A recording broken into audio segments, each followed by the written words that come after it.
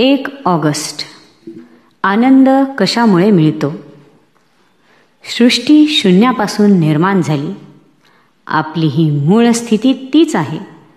म्हणून आपण शून्याकडे जाण्याचा प्रयत्न करावा, म्हणजेच स्वानंदात स्वस्थ राहावे.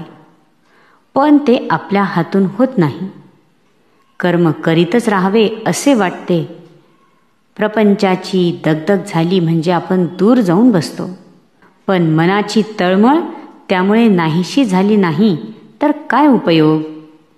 याकरिता मनाची स्वस्थता कशाने येईल ते पाहावे. आनंद कोणाला नको आहे?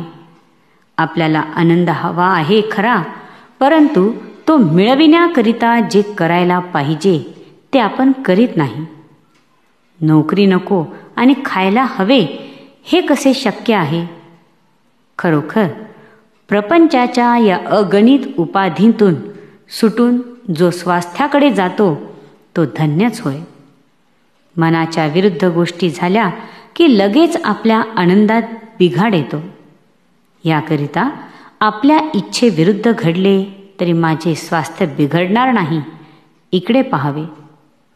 याला एकच उपाय आहे आणि तो म्हणजे माझी इच्छाच मी नाहीशी करणे. कोणतीही वस्तू मिळावी किंवा अमुक एक गोष्ट घडावी ही बुद्धीच ठेवू नये. जोपर्यंत हाव आहे तोपर्यंत स्वास्थ्यापासून आपण दूर आहो असे समजावे. महत्वाकांक्षा खुशाल धरावी, पण त्यामुळे मनाला त्रास होऊ देऊ नये. भगवंताची इच्छा तीच माझी इच्छा असे म्हणावे आणि अभिमान सोडून कर्म करीत राहावे. प्रयत्न करून जे काही होते ते रामाच्या इच्छेने झाले म्हणावे. कर्तेपणाचा अभिमान सोडल्यानेच स्वास्थ्य लाभते.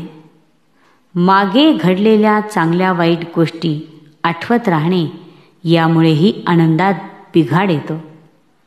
तसेच उद्याची काळजी करीत राहणे यामुळेही मनाच्या स्वास्थ्यात व्यत्यय येतो.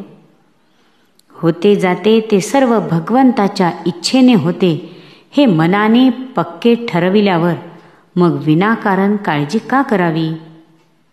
60 वर्षे झाली आणि आता लोभात गुंतलो नाही तर त्यात काय विशेष झाले? विकार जिंकले अशी ज्याला आठवण राहते त्याने ते जिंकले आहेत असे कसे म्हणावे? दुःख करणे अथवा न करणे हा मनाचा धर्म असल्यामुळे ज्या माणसाने मनाला योग्य वळण दिले आहे तो प्रत्यक्ष दुखणे भोगीत असतानाही आनंदात राहू शकेल. म्हातारपणी तर आनंद हे मोठे शक्तिवर्धक औषध आहे. ज्याला नामाचे प्रेम आले त्याला शरीराच्या कोणत्याही अवस्थेत आनंदाचा लाभ होतो आणि ज्याला असा आनंदाचा लाभ झाला त्याच्यावर रामाने कृपा केली असे खचित समजावे. भगवंतासाठी एकच दान खरे आहे आणि ते म्हणजे आत्मदान होय. सतत भगवंताच्या नामात राहून देहाची विस्मृती होणे हा आत्मदानाचाच प्रकार आहे. श्रीराम जय राम जय जय राम. आजचा सुविचार: जेथे नाम आहे तेथे संत संगती आणि भगवंतही असतातच. नाम, संत व भगवंत ही एकमेकांना लागून आहेत. जय श्रीराम.